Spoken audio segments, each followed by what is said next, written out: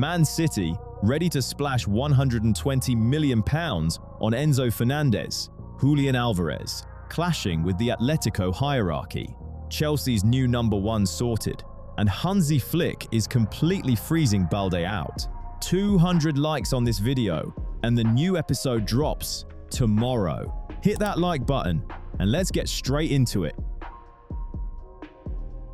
Let's talk about £100 million. That's the figure Manchester City are reportedly ready to slap on the table for Enzo Fernandez. But if you think Chelsea are just going to roll over and accept that, you haven't been paying attention to the bad blood between these two clubs. Why would they budge? Chelsea already set a hard deadline earlier this month for clubs to meet that £120 million asking price. City completely ignored it. Sky Sports are now reporting that City are preparing this opening offer for the 25-year-old, but those inside Stamford Bridge have insisted all summer that their valuation is firmly at least £120 million. Remember, Fernandez has 6 years left on his contract. He's not desperate to leave, even after he was suspended by Chelsea for 2 matches towards the end of last season. He cast doubt over his future while on international duty amid heavy links to Real Madrid, though the Spanish giants ultimately ruled out a move in early July. We know Enzo Maresca has made Fernandez his absolute top target. He knows the lad from his time at Chelsea, but selling your best midfielder to a direct rival, especially one managed by your former boss, is a tough pill to swallow. You're weakening your own side while handing ammunition to the opposition. The relationship is already fractured. Chelsea's entire campaign was derailed when Maresca walked out around Christmas. City had to cough up £17 million in compensation just to settle that mess. So, expecting the Blues to do City a favour now is a massive stretch. City do have the war chest to make this happen. They've generated a staggering £343 million from player exits this summer alone, offloading Rodri, Tijani Reinders, Nico Gonzalez, Omar Marmoush, and Savinho. The money is there. City sources even believe their upcoming offer will finally meet Chelsea's valuation. But here is the real sticking point. Chelsea will only give the green light if they have a suitable replacement lined up and ready to sign. They aren't going to sell their midfield anchor and leave a gaping hole in the squad. That condition alone means this saga is going to drag right to the wire, even if City finally put the proper wedge on the table. The summer window shuts on September 1st, and Chelsea are in absolutely no rush to make City's life easy. The boos raining down on Julian Alvarez from his own supporters at the Metropolitano on Sunday tell you everything you need to know about this situation. This has turned into one of the most bitter public standoffs of the entire window. In simplistic terms, the dispute is straightforward. Alvarez wants to join Barcelona, and Atletico Madrid absolutely will not let him. The Madrid club's president, Enrique Cerezo, drew a line in the sand last week. He stated publicly that Alvarez is an excellent person who will win the fans back, but made it crystal clear he is not for sale. Atletico have hit back hard at Barcelona over this saga, claiming the player is being victimized. Their stance is that Barcelona have harmed them economically and socially, and that there is a 0% chance of a sale to the Camp Nou. For them, this isn't about money, it's about dignity. Because of that public falling out, Alvarez's dream move is in serious jeopardy, and that is where a sliver of hope opens up for Arsenal. For the vast majority of the window, the Gunners kept their interest dormant. They knew full well Alvarez's heart was set on Catalonia. But with that door slamming shut, those at the Emirates are hopeful the timing might finally be right. Mikel Arteta and Andrea Berta know it's a long shot. Alvarez's current reluctance to move to London isn't about any issue with Arsenal. It's about having to abandon his Barcelona dream, compounded by visa regulations that would make it difficult for his family to visit him in the UK. However, well-placed sources suggest a slight softening in Alvarez's stance over the last few days. It's not enough to get anyone at the Emirates celebrating just yet, but the Gunners are poised. Atletico director Mateu Alemany was even in London last week, meeting with Arsenal counterparts and making it clear they would seek a fee of £128 million. Arsenal are confident they can finance that deal and get it over the line quickly, but only if the player gives the nod. Arteta is fully aware that if Alvarez arrives this summer, it's only because his preferred destination fell through.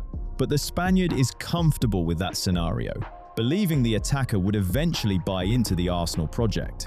The ball is firmly in Alvarez's court. Manchester United are ready to accelerate their move for Alejandro Balde by submitting a bid worth £26 million to Barcelona. According to an update from Cadena SER's Pacojo Delgado on El Larguero, the Red Devils are desperate to bolster their defensive unit in these final days of the window. This interest makes perfect logical sense for United. Patrick Dorgu has transitioned into a winger under Michael Carrick, leaving Luke Shaw as the only remaining specialist left-back. Shaw is now in his early 30s and has a well-documented, injury-prone history. He simply cannot provide cover alone anymore. Balde fits the bill. The 22-year-old homegrown prospect has made over 150 appearances for Barcelona, chipping in with 3 goals and 21 assists, establishing himself as a top-class fullback before his recent dip. He could initially share game time with Shaw, before eventually taking over as the first-choice left-back in the seasons to come. United are also reportedly preparing a separate £43 million proposal for Real Madrid's Eduardo Camavinga, showing they are actively scouring La Liga for solutions. However, there are complications. Balde's development has followed a more gradual trajectory than teammates like Pau Kubasi and Lamine Yamal. His form deteriorated noticeably in the second half of the 2025-26 season, leading to speculation about his future and even some reported concerns from Barcelona regarding his attitude. Despite Barcelona's ongoing financial issues, forcing a reliance on homegrown talent to balance the books, a summer exit for Balde might not materialize. Recent reports suggest the Spanish defender is eager to remain at the Catalan club beyond this window.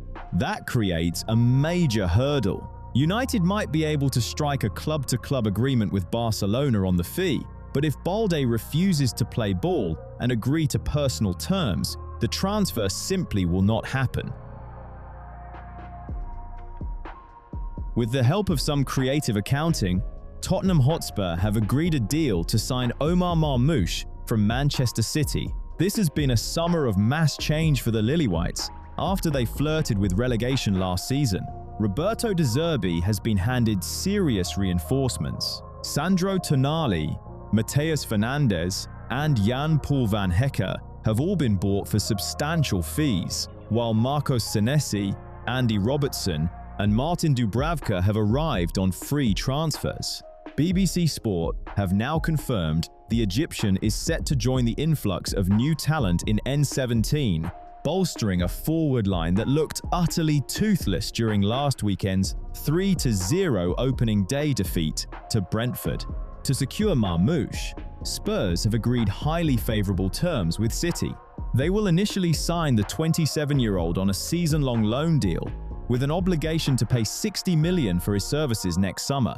This structure is no accident, with Tottenham having already splashed £305 million on transfers this summer, following the recent conclusion of the £85 million Savio deal. Delaying the bulk of the Marmoush fee will help them comply with the Premier League's strict squad cost ratio rules. Those regulations cap spending at 85% of a club's soccer-related revenue alongside player sales. There is naturally some risk attached. Marmoush managed 16 goals in 62 appearances for City, but he was largely Erling Haaland's understudy. Only 37 of those outings came in the Premier League, where he found the net 10 times. However, his versatility is the key selling point. He has vast experience on the left wing, was developed into a proper striker at Eintracht Frankfurt and has been deployed at number 9 at the Etihad too. Spurs are light on options in the final third, and Marmoush's flexibility makes him a clear upgrade on their current choices. Chelsea have opened dialogue with the representatives of Aston Villa goalkeeper Emiliano Martinez as the Blues look to solve their ongoing issues between the sticks. The West London club are increasingly concerned by the recent form of current number 1 Robert Sanchez, following a shaky start to the Premier League campaign, while manager Xabi Alonso has publicly backed his keeper, insisting they've had normal conversations about team adjustments. The persistent nature of individual errors in high-stakes matches has forced the hierarchy's hand. Martinez is now considered available for a transfer. Villa are open to offers following their £30 million acquisition of Zion Suzuki from Parma earlier this month.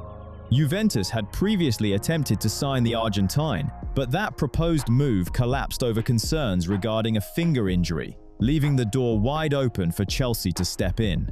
This pursuit highlights the remarkably close working relationship both clubs have established in the current transfer window.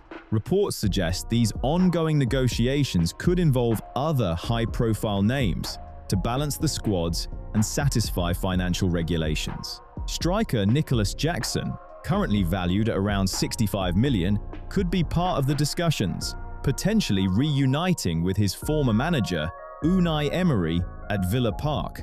However, there is a major financial hurdle. Martinez currently earns a hefty £150,000 per week.